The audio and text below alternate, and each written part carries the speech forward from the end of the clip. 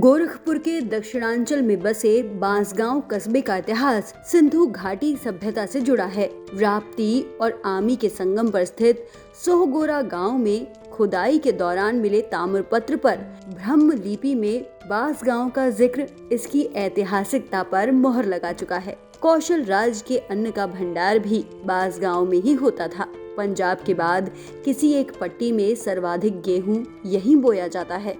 गेहूं का डेनमार्क कहे जाने वाले आमी नदी की इस पट्टी में लगभग 11,000 हेक्टेयर गेहूं बोया जाता है। आजादी के बाद से ही गठित हो गई इस विधानसभा सीट का राजनीतिक इतिहास कैसा रहा, आइए नजर डालते हैं।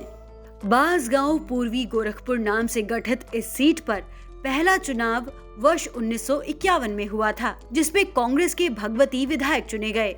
1957 में कांग्रेस की जशोदा यहां से विधायक बनी। 1962 में कांग्रेस के गणेश प्रसाद, एसएसपी केजे सिंह।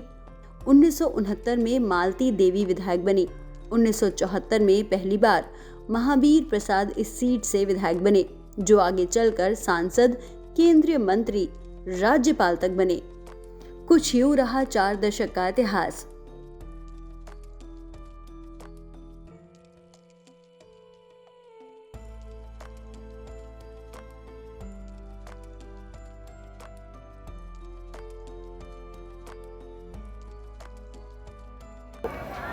चुनावी सफर में हम पहुंचे हैं गोरखपुर जिले की उस बांसगांव विधानसभा सीट पर, जिसका राजनीतिक ही नहीं पौराणिक इतिहास भी बेहद समृद्ध रहा है।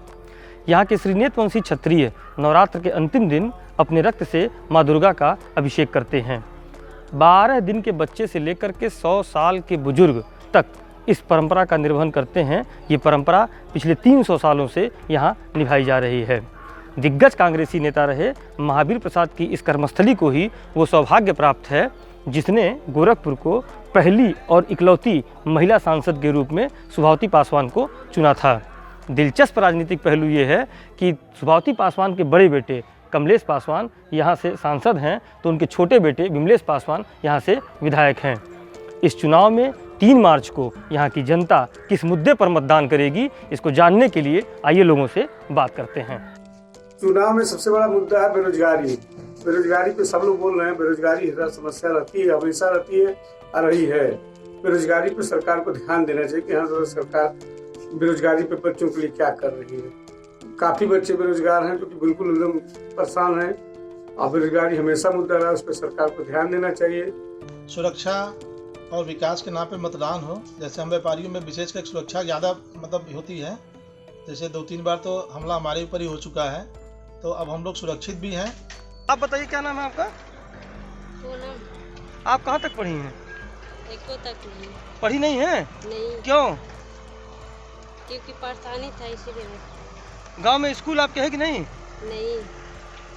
गांव में स्कूल नहीं है? नहीं।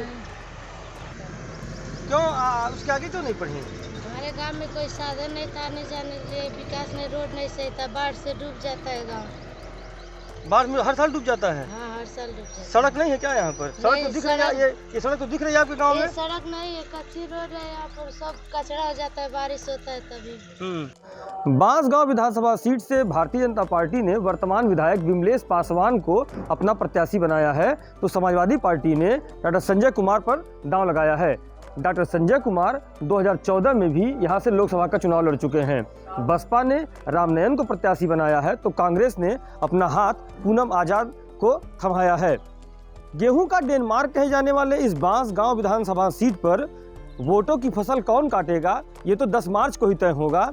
फिलहाल सारे प्रत्याशी अपने अपने फसल को खाद पानी देने में जुटे हुए हैं। फोटो जर्नलिस्ट अभिनव राजन चतुर्वेदी के साथ रजनीश त्रिपाठी, दैनिक जागरण, गोरखपुर।